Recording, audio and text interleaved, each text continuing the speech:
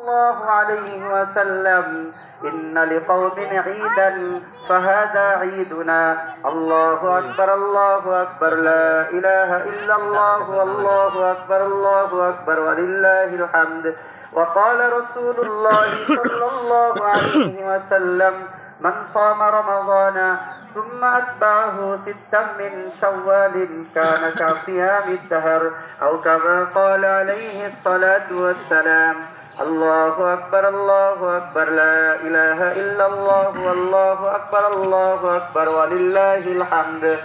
وقال رسول الله صلى الله عليه وسلم فإذا كان يوم عيدهم يعني فطرهم باها بهم ملائكته فقال يا ملائكتي ما جزاء عبيدي وإمائي الذين يوفى أجره قالوا ربنا أجره أي وفى أجره أو كما قال عليه الصلاة والسلام فقال عز وجل قد غفرت لكم وبدلت سيئاتكم حسنات فيرجعون مغفورا لهم الله أكبر لا إله إلا الله والله أكبر ولله الحمد وقال رسول الله صلى الله عليه وسلم من صام رمضان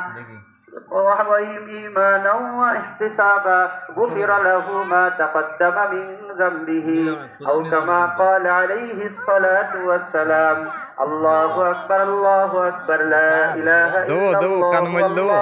والله أكبر ولله الحمد أعوذ بالله من الشيطان الرجيم قد أفلح من تزكى وذكر اسم ربه فصلى ওইটা দাদা তোর কান মাত ছিড়ে দেবো একদম الله أكبر لا إله إلا الله الله أكبر ولله الحمد الحمد لله نحمده ونستعينه ونستغفره তোর একদম এই যে بالله من شرور أنفسنا ومن سيئات أعمالنا من يهده الله فلا مضل له ومن يضلله فلا هادي له ونشهد أن لا إله إلا الله وحده لا شريك له ونشهد أن سيدنا ومولانا محمدا عبده ورسوله الله أكبر لا إله إلا الله والله أكبر ولله الحمد الذي أرسله بالحق بشيرا ونذيرا بين يدي الساعة من يطع الله ورسوله فقد رشد ومن يعصهما فإنه لا يضر إلا نفسه ولا يضر الله شيئا أعوذ بالله من الشيطان الرجيم إن الله وملائكته يصلون على النبي يا أيها الذين آمنوا صلوا عليه وسلموا تسليما الله أكبر لا إله إلا الله والله أكبر ولله الحمد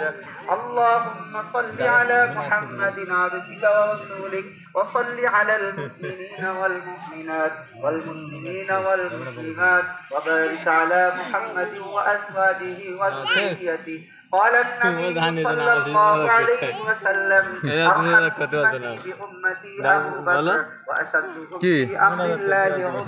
عمر كما قال عليه الصلاة والسلام اللهم علي وفاطمة سيدة نساء أهل الجنة والحسن والحسين سيدا شباب أهل الجنة وحمزة أسد الله وأسد رسوله اللهم اغفر للعباس وولده مغفرة ظاهرة وباطنة لا تغادر ذنبا الله أكبر لا إله إلا الله والله أكبر ولله الحمد الله في أصحابي لا تتخذوهم غردا من بعدي فمن أحبهم فبحبي أحبهم ومن أبغضهم فببغضي أبغضهم وخير أمتي قرني ثم الذين يلونهم والسلطان ظل الله في الأرض من أهان سلطان الله في الأرض أهانه الله الله أكبر الله أكبر لا إله إلا الله الله أكبر ولله الحمد إن الله يأمر بالعدل والإحسان وإيتاء ذي القربى وينهى عن الفحشاء والمنكر والبغي يعظكم لعلكم تذكرون